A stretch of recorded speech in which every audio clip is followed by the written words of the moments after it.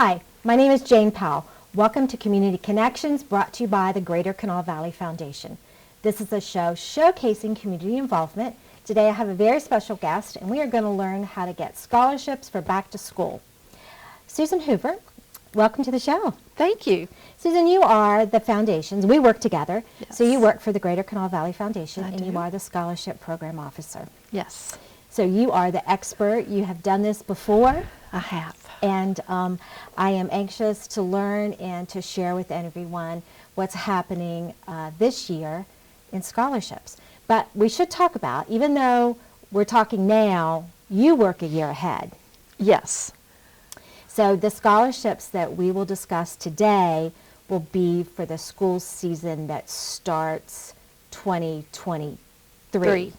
So the 2023-24 academic year is what we're going to discuss today. Correct. But to get ready for that, you start now. Yes. Okay. So this is your season. Yes. Tell me about it. It's exciting. We have a lot of new scholarships this year, and I will get to that in just a second. Our scholarships are statewide, so every school, every Christian school can apply for our scholarships. And it's online. It's very easy. You just go to www.tgkvf.org, Okay. click on scholarships, and there you will find all the information. And be sure and read all the information before you apply.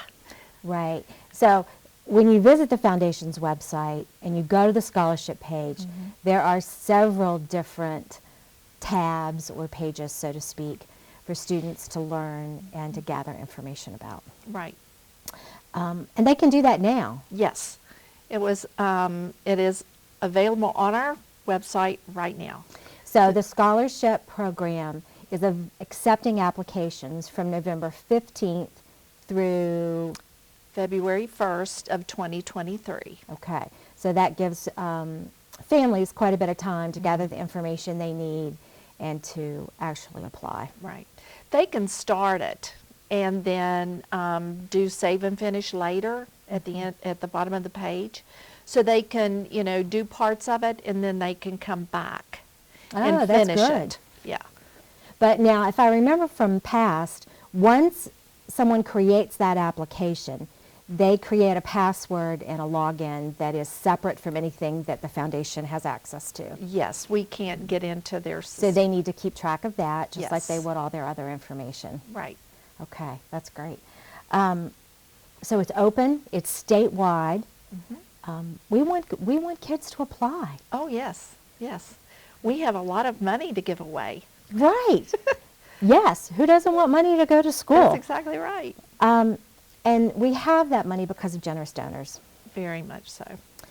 And we can talk a little bit about that in a minute, how donors create scholarships in different ways and for different meanings.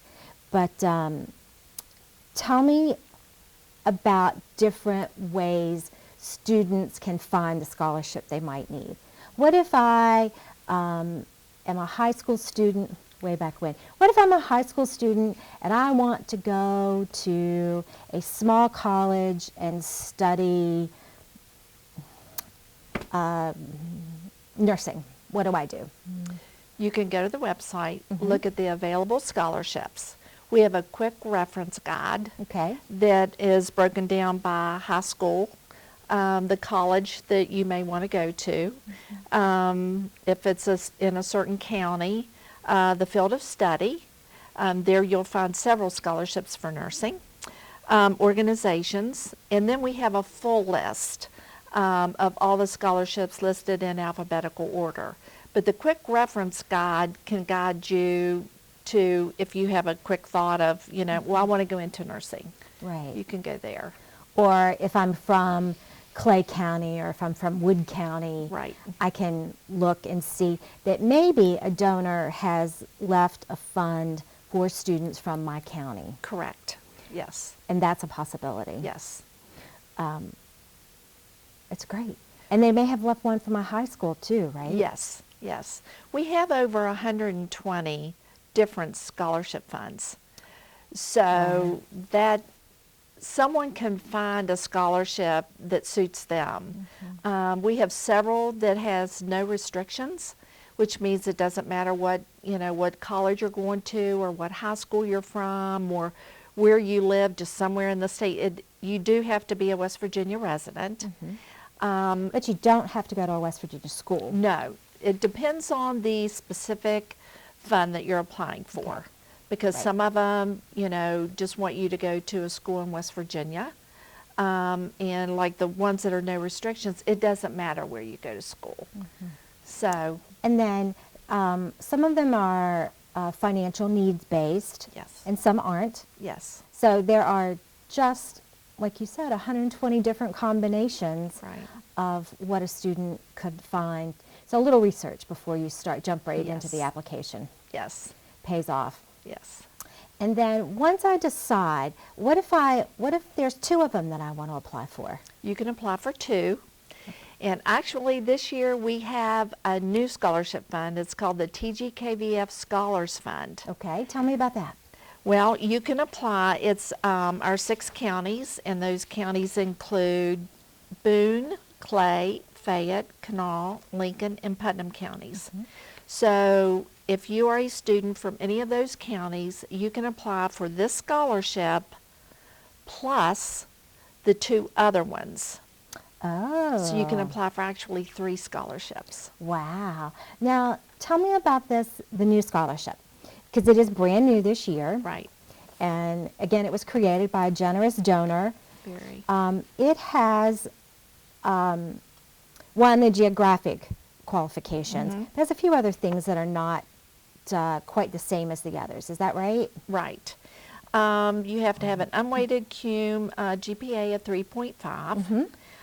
It does require a personal essay, 2 letters of recommendations, and this one has an interview with the Scholarship Fund Committee. Okay. So that's the big difference, is that you do have an interview. Another big difference is this scholarship is more generous than some of the others. Yes, it is. It is for $3,000 to $5,000 a year. Yeah, that makes a difference in Yes, someone's it does. experience. We have a few other new scholarships Yes, this we year. do. We have the Esther and Inez Cyrus Multicultural, and that's for an African American senior, GPA of 3 to 4.0. We also have the Susie Gartley Scholarship, and that's for any student from Riverside High School. Okay. We have the St. Albans High School Red Dragon, and obviously that's for a graduating senior at St. Albans High School. And we have the Pritt Family Scholarship, which is also new this year. Tell me a little bit about this one, because this is very exciting. It is very exciting. It is a $5,000 scholarship, Wow. which is a lot of money. And it is renewable. So you can renew this every year.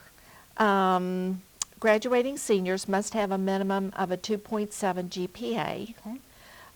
Students currently enrolled in a public college university must have a minimum GPA of a 2.5 in each of their first 2 semesters. And then after that, a 3.0. And this scholarship will be awarded to more than one student. Yes. Actually, it could be awarded to 75 students. So that just depends on applications and Yes. a few other little qualifications, but that's remarkable. It is. It's huge. Yeah. What generous people are involved in this scholarship. Very much so. And we're so thankful for those. And then these scholarships, and part of the 120, allow not only high school seniors to apply, but, and you mentioned renewable, so you might want to explain that, but there's some that apply to a graduate school, and lots of different ways to send students to school for their Right. education. Right. You do not have to be a graduating senior. You can be a sophomore, a junior, and even a senior, and apply. If you have a renewable scholarship, then you just have to do a renewal scholarship the next year. So that's a little bit different application. It is. But it is still an application that It needs to is. happen within this Yes. time frame of November 15th to February 1st. Correct, yes. With the renewal, you don't have to do an essay. And I know that, an essay may be a little bit scary to students, but all we ask is that you tell us something about yourself that the scholarship application doesn't already ask you. And it doesn't have to be a full page. Okay. So. Oh, yeah, that's easy. Yeah. Yeah. That's just like a social media post. Right. Yeah, so that's fun. So we know that you award it. What happens if I think I'm going to go to one school and I change my mind or I change my major? What happens then? Okay. You need to notify the foundation and let us know if you're changing schools. If you're changing a major, that's a little trickier. If your scholarship is for nursing and you decide not to go into nursing, then you would not be eligible to receive that scholarship the next year. But that's not to say that you can't apply as a new applicant the next year and apply for a different scholarship. Right. If I decided I wanted engineering, then I can look for an engineering scholarship. Yes, we do have engineering scholarships. Right. So there's always a way. Yes, there is always a way. Susan, you get a lot of phone calls, you get a lot of emails, but you're very accessible, so people know how to reach out to you. Your email, I think we're putting that on screen. It's shoover@tgkvf.org. If they go to the foundation's website, your contact information is there as well. I know that people do reach out to you, and I'm glad. They do. And I really enjoy talking to the students. And then, so on the flip side of all this, if I am a donor and I'm very interested in helping a child, or a student, I shouldn't say a child, a student, a young person, further their education, how do I go about creating a scholarship fund?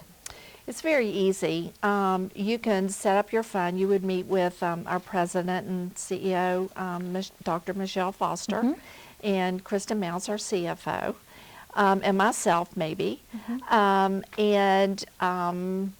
You just set the requirements on what you want your scholarship to be for.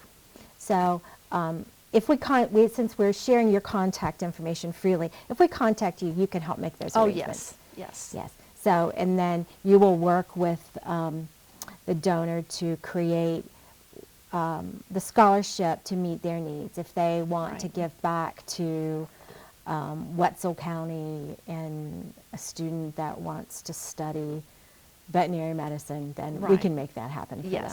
Yes. They can set their fund up however they want. Whatever eligibility they want to put into it, that's their fund. Right.